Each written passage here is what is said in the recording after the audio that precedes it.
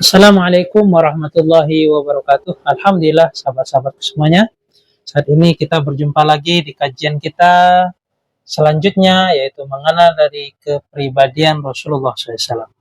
Kemarin kita sudah membahas yaitu kurang lebihnya tentang sholat duha yang dilakukan oleh Rasulullah SAW. Saat ini kita akan meneruskan hadis dari bab tersebut.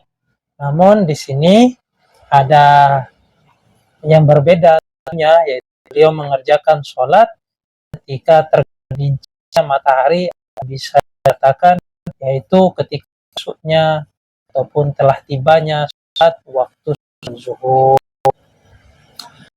Maka dari itu, teman-teman yang baru bergabung atau melihat, maka saya sarankan untuk menekan subscribe, berhubung subscribe gratis.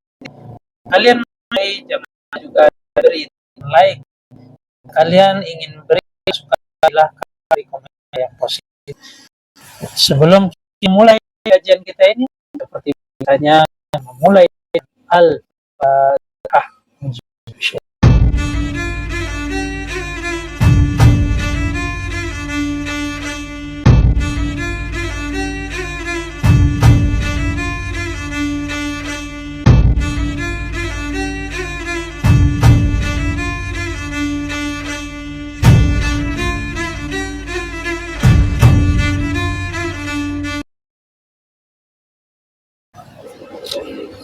Alhamdulillah, sahabat-sahabat semuanya, saat ini kita akan melanjutkan dari kajian tentang mengenal kepribadian Rasulullah SAW, yang mana saat ini kita memasuki dari sholatnya Rasulullah SAW, yang mana beliau memiliki suatu kelebihan, itu mengetahui letak-letak tempat waktu yang tentunya mustajab dan waktu yang lebih dianjurkan untuk mengerjakan kebaikan. Abu Ayyub Al-Ansari radhiyallahu anhu berkata, "Anna Nabiyya sallallahu alaihi wasallam kana yudmi arba'a raka'at inda zawal syams. Qultu ya Rasulullah, inna hadhihi arba'a raka'at inda zawal syams. Faqala inna Abu Wassam fahu inda zawalis syams wa turtadu hatta yusadzuh fa uhibbu ay yas'ada li fi tilka sa'ati qultu fi kulli qira'ah qala na qultu hal fihinna taslim fasilut qala la." Sesungguhnya Rasulullah SAW selalu mengekalkan atau selalu melakukan sholat 4 rakaat sewaktu tergelincirnya matahari. Aku bertanya, "Ya Rasulullah, apa Anda melakukan atau mengukur sholat rakaat ketika tergelincir matahari?"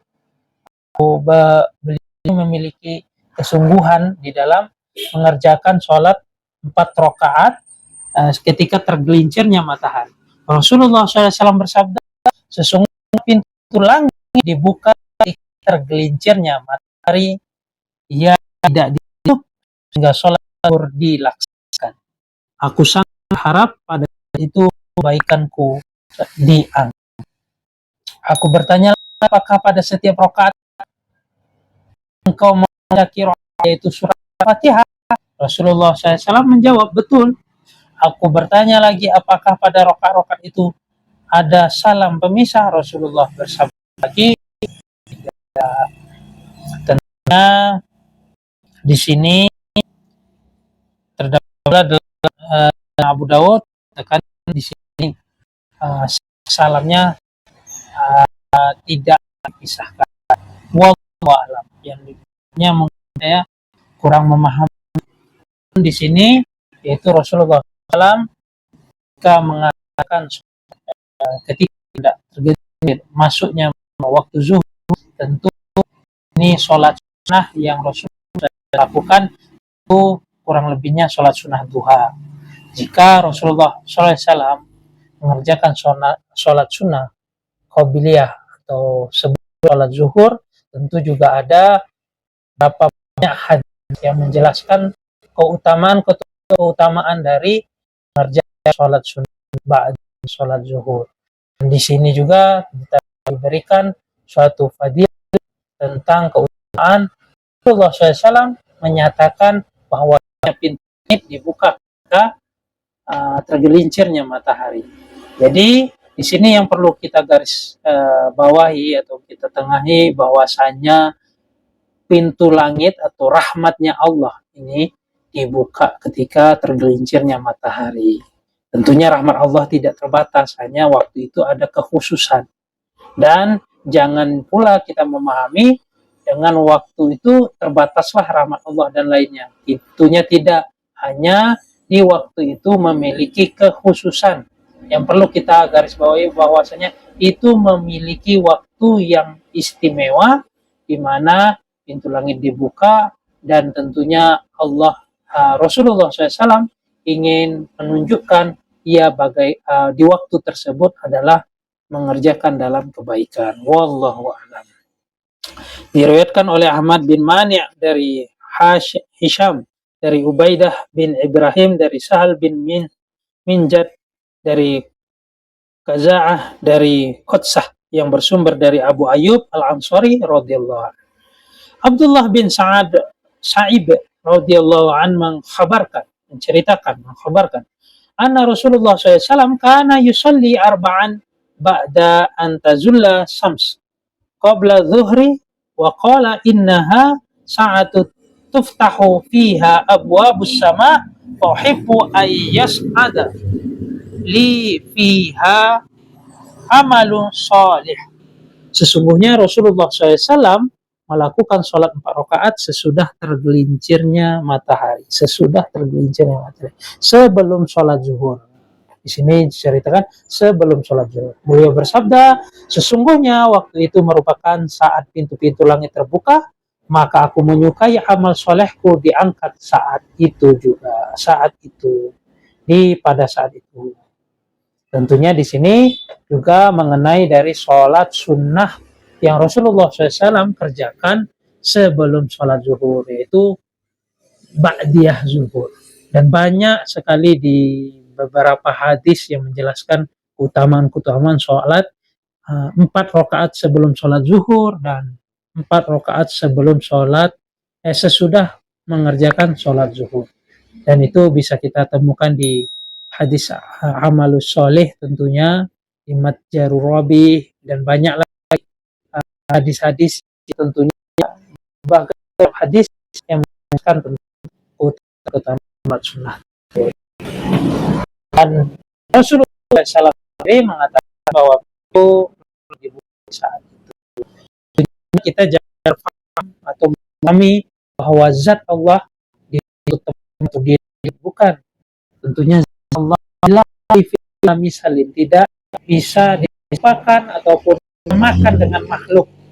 Jika dimakan dengan makhluk, memiliki suatu tempat ataupun memiliki suatu singgahsananya, itu adalah sifatnya makhluk, sifatnya ciptaan, bukan sifat Allah. Nah, Allah yang maha segala-galanya tentunya mustahil begitu. Nah, dipahami bahwa pintu langit dibuka untuk doa kita ataupun mengijabahi untuk mendapatkan keutamaan di waktu tersebut yang disampaikan oleh Allah Subhanahu oleh Muhammad bin Al-Munnah dari Abu Daud, dari Muhammad bin Muslim bin Abu Wadlah, dari Abdul Karim Al-Jazari, dari Mujahid yang bersumber dari Abdullah bin Sa'id radhiyallahu anhu. Asim bin Dilahrah menerangkan perihal amalan Ali bin Abi Thalib karamallahu wajhah sebagai berikut. Annahu kana yusalli qabla dhuhri arba'an wa zakara anna Rasulullah sallallahu alaihi wasallam kana yusalliha inda zawali wa yumiddu fiha. Sesungguhnya ia itu Ali karramallahu wajhahu melakukan sholat sebelum sholat zuhur, yaitu 4 rakaat, seraya menerangkan bahwasanya Rasulullah SAW juga mengerjakan sholat kala tergelincir matahari dan memperpanjang dari bacaan. Diriwayatkan oleh Abu Salamah Yahya bin Khalaf dari Umar bin Ali al-Muqaddam dari Mis'ari bin Kidam dari Abu Ashaq yang bersumber dari Ashim bin Dilahrah. Yang mana di sini juga menjelaskan bahwasanya Ali karramallahu wajhah meniru dari apa yang dilakukan oleh Rasulullah SAW. Tentu hal ini sangat baik untuk kita kerjakan, dan jika kita mendengarkan dari keutamaan-keutamaan yang Rasulullah SAW berikan, tentu kita sebagai umatnya selayaknya juga kita mengutamakan pada waktu-waktu tersebut. Dan tentunya waktu tersebut memiliki kelebihan atau keutamaan yang mana Rasulullah SAW telah jelaskan, dan Ali karramallahu wajhah sebagai gudangnya ilmu pun telah melakukan. Tentunya itu adalah waktu-waktu yang sangat-sangat baik jika kita mengerjakan suatu kebaikan, supaya Allah akan melihat dari diri kita dalam suatu kebaikan. Wallahu a'lam.